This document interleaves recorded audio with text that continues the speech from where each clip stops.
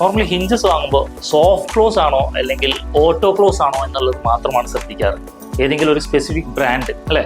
Normally നമ്മൾ hinges എന്ന് പറയുന്നത്, സോഫ്റ്റ് ക്ലോസ് എന്ന് പറയുന്നത് ഇങ്ങനെ പോയി ഷട്ട് ചെയ്യുന്നതിന് സോഫ്റ്റ് ക്ലോസും, നമ്മൾ ഓട്ടോ ക്ലോസ് എന്ന് പറയുന്നത് ഇതുപോലെ പോയി ഷട്ട് ചെയ്യുന്നതിന് ഓട്ടോ ക്ലോസുമാണ് പറയുന്നത്. എങ്കിൽ നമ്മളൊരു ഹിഞ്ചസ് പർച്ചേസ് ചെയ്യാൻ പോകുമ്പോൾ അതിന്റെ ബ്രാൻഡ് ഏതാന്നുള്ളതാണ് സെക്കൻഡ്ലി നിങ്ങൾ എല്ലാവരും ശ്രദ്ധിക്കാറ്. ഒരു ബ്രാൻഡിനെ ഉപരി ഒരു ഹിഞ്ചസ് സെലക്ട് ചെയ്യുമ്പോൾ അതിന്റെ ഗ്രേഡ് മനസ്സിലാക്കണം എന്നുള്ളത് ഒരു വളരെ ഇമ്പോർട്ടൻ്റ് ആയിട്ടുള്ള ഒരു ഫാക്റ്റ് ആണ്.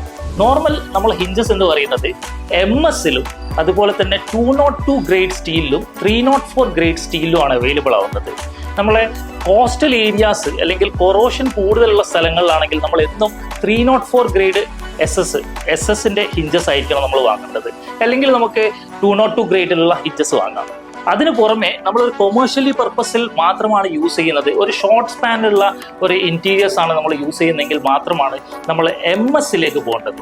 രണ്ട് രീതിയിലാണ് ഹിഞ്ചസിന് വാറണ്ടി ഡിഫൈൻ ചെയ്യുന്നത്. ഒന്ന് ഇതിന്റെ സർഫസ് വാറണ്ടി, ഏതെങ്കിലും കൊറോഷനോ അല്ലെങ്കിൽ കൊറോഷൻ സംഭവിച്ചു കഴിഞ്ഞിട്ടുണ്ടെങ്കിൽ കിട്ടുന്ന വാറണ്ടിനാണ് സർഫസ് വാറണ്ടി എന്ന് പറയുന്നത്. മറ്റൊന്ന് ഇതിന്റെ ഫങ്ഷണൽ വാറണ്ടി.